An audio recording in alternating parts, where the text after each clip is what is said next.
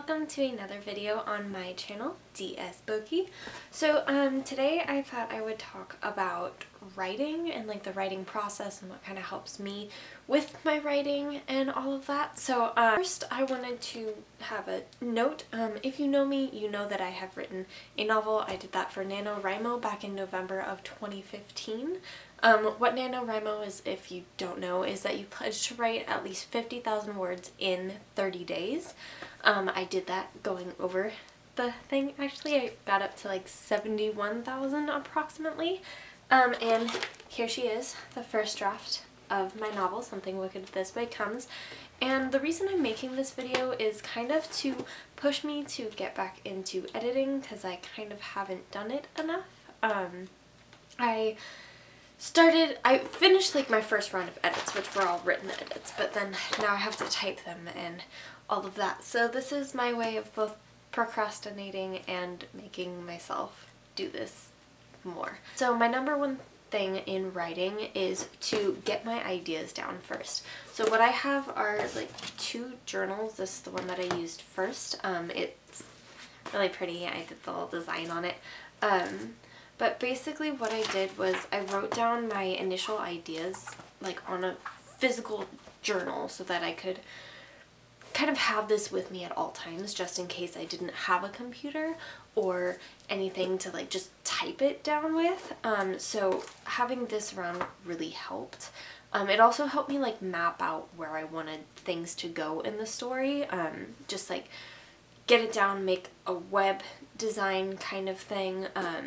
Also like get down character ideas and everything.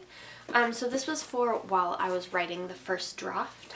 For the second draft edits, I had this little journal. I didn't actually use it as much as I thought I would, but I am going to start using it more and more as I do this next round of edits. But basically what I did was I put tabs down for each of the main characters that are in the story, and then I have like notes for these characters. Like, they're obviously not super detailed notes yet. I still want to get deeper into these characters. And then there's also like chapter notes for each chapter that I had written. So yeah, just number one, just get your ideas down on something. I personally enjoy journals, but if you like just doing it on computer or on your phone or on anything, just like post-it notes, a napkin, like literally just write it down and keep it so you can find it later. Your next step will be to sit down and actually write. So that is the biggest thing. You need to make sure that you like sit down and you just get it done.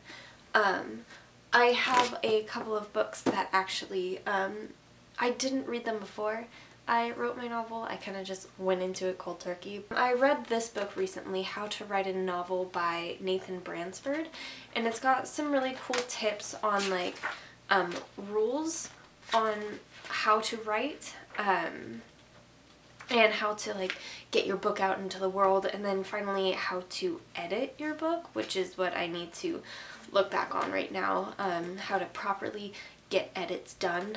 This has like a lot of really cool little notes. Like this chapter is give your chapters drive, so it's like it's giving you little hints and tips and tricks on how to make your novel interesting to other people.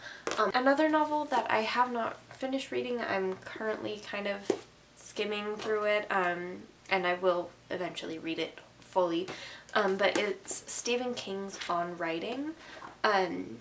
Stephen King, as you know, best-selling author. He has written this, and it's kind of how he writes his books. So it's like Memoirs of the Craft is the little subtitle, but it's really interesting. It feels really nice. It's like one of those kind of velvety covers, so like pick this up if you like Stephen King, or you like writing, or you like memoirs or nonfiction work. This is really, really helpful.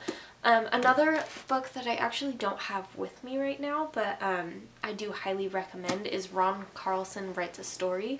So what that is the first like 3/4 of it is his like notes on his process for writing. So what he did to write this specific story.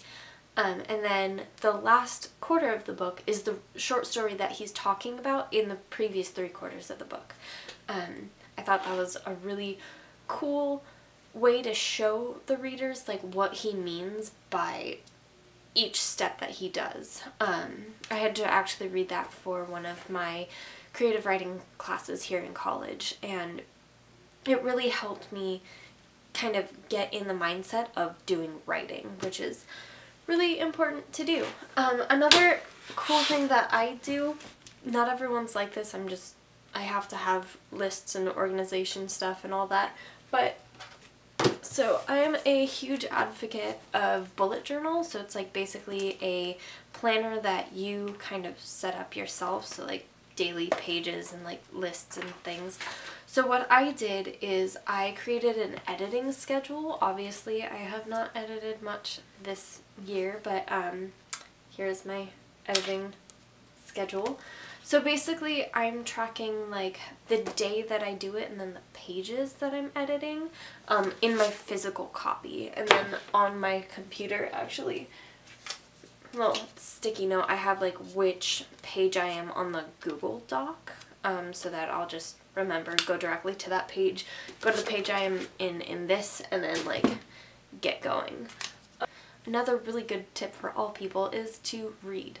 I know a lot of writers say this, and it's because it is actually a good tip, is to read other people's work, whether or not it's in your genre or not, or if it's like something new to you. You can find little things that this author does and repurpose that into your story.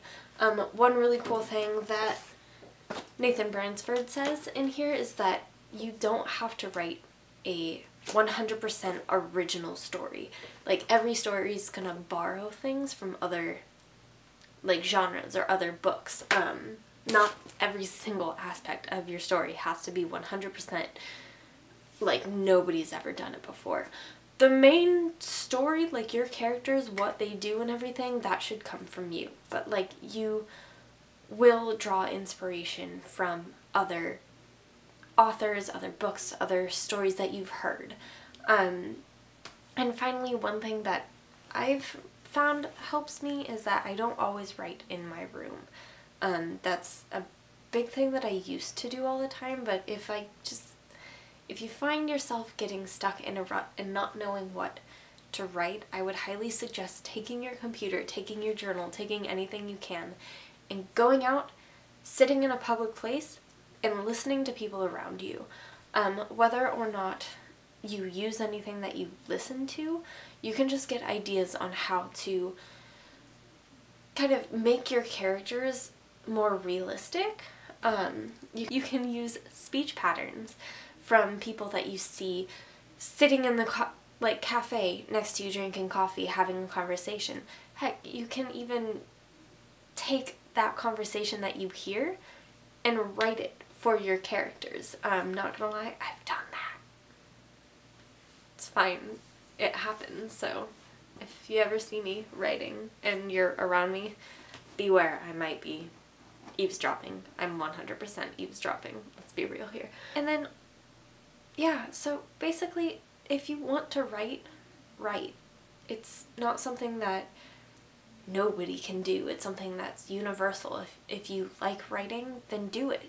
You don't have to write to make a best-selling novel. You just have to write because you love it. And if you write because you love it, then your readers will know.